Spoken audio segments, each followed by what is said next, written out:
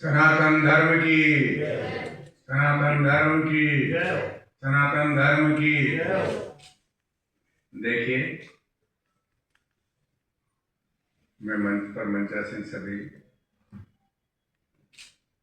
सनातन पीठ के स्वयंसेवक लोग कह सकते हैं, सेवक लोग कह सकते हो, कार्यकर्ता कह सकते हो, कर्ता धर्ता कह सकते हो, एवं सभी पत्रकार बंधु, हम लोग अधिकतर जानते हैं कि जितने भी पंथ है, पंथों को ही हम धर्म मानते हैं, लेकिन पंथ धर्म नहीं होता है। धर्म का एक अलग ही रूप होता है, धर्म का अलग ही एक विशेषता होती है। धर्म किसी में भेद नहीं रखता है, धर्म में समानता रहती है। इसीलिए सनातन को सूर्य से उत्पत्ति क्यों बताई गई है? वो इसीलिए बताई गई है क्योंकि सनातन की उत्पत्ति सूर्य से बताते हैं, और सूर्य ही प्रकृति का चक्र है। और जहां तक आप और हम जितने भी दैनिक जीवन में अनुभव करते हैं, रहते हैं, चलते हैं, फिरते हैं, खाते हैं, पीते हैं, बड़े होते हैं, छोटे से एक कणु से हम इतने बड़े महान शरीर धारण करते हैं, ये सब उसका ही क्रियाकलाप होता है। और उसी में इसलिए क्योंकि सनातन एक जीवन पद्धति है, सनातन एक जीने की शैली है, सनातन समत्व का भाव रखती है, सनातन सबको समान आदर देती है।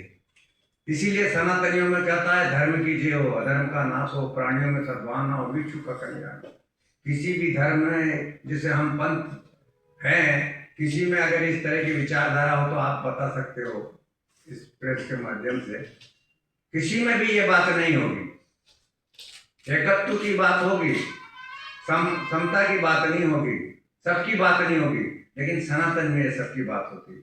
और सनातन इसीलिए प्रकृति का पूजक है। आपने सनातन में देखा होगा, पेड़ की भी पूजा होती, नदियों की भी पूजा होती, भूमि की भी पूजा होती, गाय की भी पूजा होती, हवा की भी पूजा होती, अग्नि की भी पूजा होती है।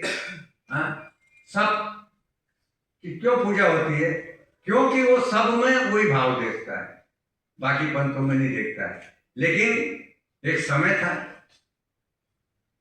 कि सनातन का डंका बजता था, सनातन की जय जयकार होती थी, सनातन के फॉलोअर्स करीब करीब दुनिया के 70-75% एरिया में मानते थे।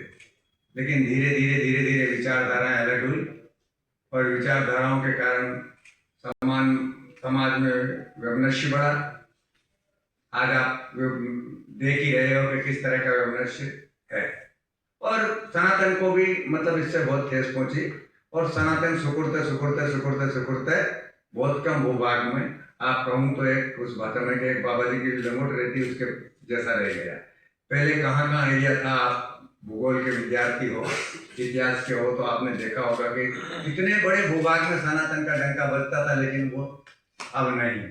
तो इसमें धीरे धीरे क्या है कि सनातन में भी अनेक मतांतर हो गए, करीब करीब 200 मतांतर इसमें हो गए। अपनी अपनी ढपली, अपना अपना राग अलापने लगे, अपनी अपनी दुकानदारी चलाने लगे। तो अपनी अपनी दुकानदारी और अपना अपना राग अलापने से तो सनातन अक्षुण्ण नहीं रहेगा। जिस तरह अफगानिस्तान में, पाकिस्तान में, बांग्लादेश में, अरब कंट्रीज में, बाकी और जगह में हैं, थाईलैंड में, मलेशिया में, बर्मा में,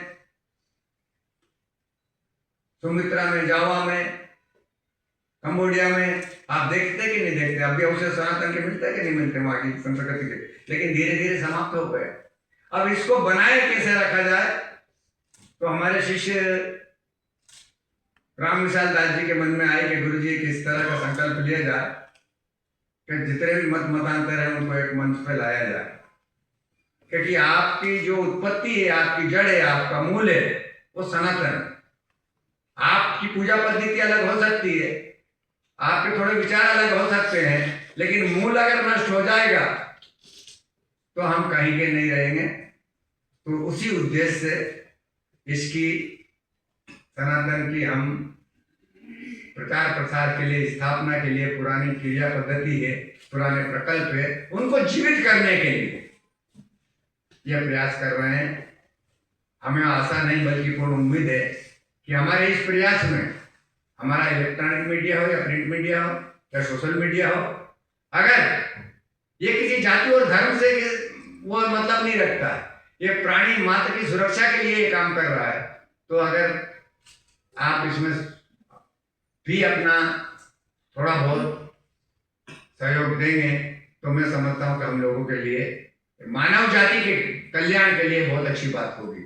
और इसी के संदर्भ में क्या करना है, क्या बनाना है, नहीं करना है, इसकी योजनाएं क्या है, इसका तो निश्चित रूप में रामविलास आचार्य जी बताएंगे, रामविलास आचार्य जी बताएंगे।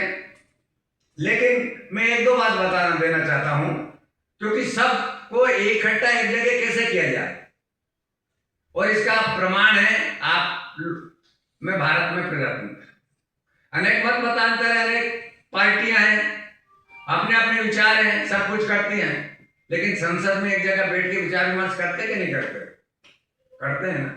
तो हमारा उद्देश्य है कि एक विश्व सनातन संसद भवन का निर्माण हो, जिसमें जितने भी मत मतांतर के लोग हैं, जिस तरह से वहां आपके सांसद लोग जाते हैं, वो अपने मत के लोग वहां जाके विचार विमर्श करेंगे, और उसके बाद जो निचोड़ निकलेगा सनातन के लिए, वो एक राय से हर साल देते रहेंगे। दूसरा, हमारी पद्धति धीरे धीरे हमारे संस्कार धीरे धीरे नष्ट होते जा रहे हैं। हम सनातन को अक्षुण्ण रखने के लिए, सनातन की रक्षा के लिए समय समय पे हमारे जितने भी देवी देवताएं हैं, वो इतने निर्बल थे, इतने कमजोर थे, शस्त्र क्यों रखते थे?